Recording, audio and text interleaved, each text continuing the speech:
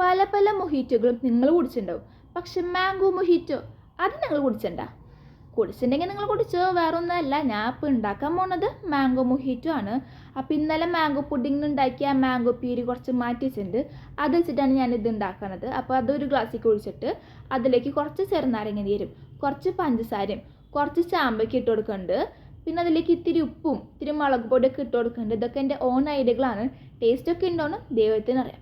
പിന്നെ ഒന്നുമില്ല, പിന്നെ ഒരു കോല് വെച്ചിട്ട് അങ്ങ് കുത്തി കുത്തി കൊടുക്കുകയാണ്. അപ്പോഴാണ് ആ ചാമ്പയ്ക്കയുടെ നീരൊക്കെ ഇങ്ങനെ ഇറങ്ങി വരുള്ളൂ. എന്നിട്ട് ഒരു കുറച്ച് ഐസ് ക്യൂബ്സ് അതിലിട്ട് കൊടുക്കുക.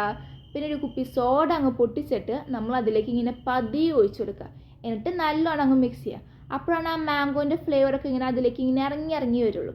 പിന്നെ എന്താണ്, ഒന്നുമില്ല, അങ്ങ് കുടിക്കുക. അപ്പോൾ സംഭവം നല്ല ടേസ്റ്റി മൊഹിറ്റോ ആണ്. നല്ല മാംഗോൻ്റെ ഫ്ലേവറൊക്കെ നല്ലോണം ഉണ്ട്. അപ്പോൾ നിങ്ങളെല്ലാവരും വീട്ടിൽ പോയി ട്രൈ ചെയ്യുക. എന്നിട്ട് ഫീഡ്ബാക്ക് അറിയിക്കുക. അടിപൊളിയാണ് സംഭവം.